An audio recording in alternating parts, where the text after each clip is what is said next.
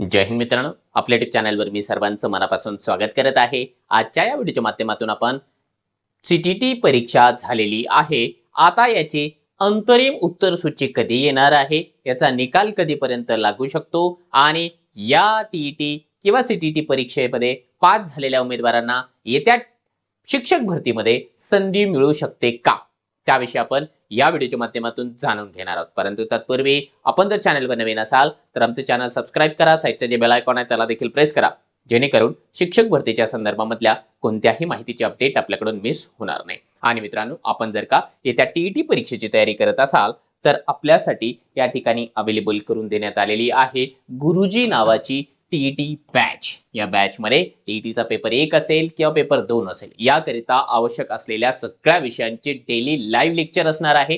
Lecture live स्वरूपामध्ये miss झालं, recorded format मध्ये अवेलेबल आहे, पीडीएफ नोट्स आहे, टेस्ट सिरीज आहे, टीईटीची किंवा सीटीटीची PYQ video solution batch available आहे। आणि विशेष म्हणजे यामध्ये टीईटी तर तुम्हाला लाईव्ह बॅच मिळणारच आहे, सीटीटीची रेकॉर्डेड कंप्लीट बॅच मोफत मिळणार आहे। या सगळ्या गोष्टी आपल्याला मिळतील मित्रांनो। आपल्याला एकच काम करावं लागेल, मास्टर टीचर हे जे ऍप आहे प्ले स्टोर वरून डाउनलोड करून घ्यावं लागणार आहे। चला आता आपण जाऊया आपल्या मुख्य मुद्द्याकडे।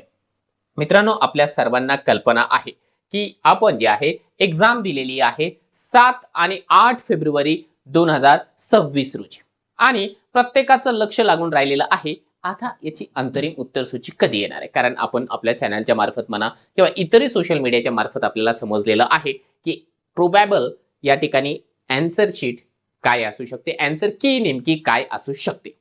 परंतु त्याच्या संदर्भामध्ये जर आपण माहिती घेण्याचा प्रयत्न केला तर एक छोटासा जे आहे अडथळा त्याच्यामध्ये आला होता। आपल्याला जे आहे एक थोडीशी ओल्ड वाली पब्लिक नोटीस दाखवतो आहे 24 फेब्रुवारी 2026 ची। आता तुम्ही म्हणाल सर हे तर बऱ्याच दिवसापूर्वीची आहे, म्हणजे एक आठवड्याभरापूर्वीची आहे, आज का?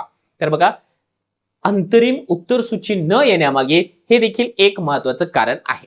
बघा यामध्ये काय होतं की बघा एक सेंटर असं होतं या ठिकाणी बिहार मधलं, या सेंटरचं नाव आहे की या सेंटरवरती मागच्या 7 तारखेला एक्झाम कंडक्ट होऊ शकलेली नाहीये, काही टेक्निकल इश्यूज आहेत ते त्यांच्या परीने पाहतील। त्यामुळे काय झालं की यांनी या सेंटरवरची जी एक्झाम आहे 1 मार्च 2026 म्हणजे संडेला घेतलेली आहे। आता ही परीक्षा पार पडली, आताच्या नंतर जे आहे इथून पुढे जे काही संभाव्य उत्तर सूची आहे ते बनवण्याचं काम सुरू आहे।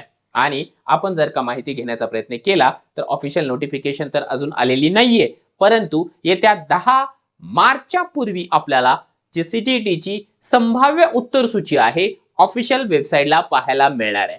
आणि ज्या पद्धतीने टीईटीचा निकाल न भूतो न भविष्यती असा लागलेला आहे, बंपर निकाल लागला, त्याच धर्तीवरती याही वेळेस जे आहे सीटीटीचा निकाल लागण्याची दाट शक्यता आहे। कारण उमेदवारांना पेपर ज्या पद्धतीने सोडवता आलेला आहे त्यावरून आपण ही गोष्ट निश्चितपणाने सांगू शकतो। आपल्याला आणखीन जर का सीटीटीच्या संदर्भामध्ये काही डाऊट असतील या व्हिडिओच्या खाली कमेंट बॉक्समध्ये आपण कमेंट करू शकता।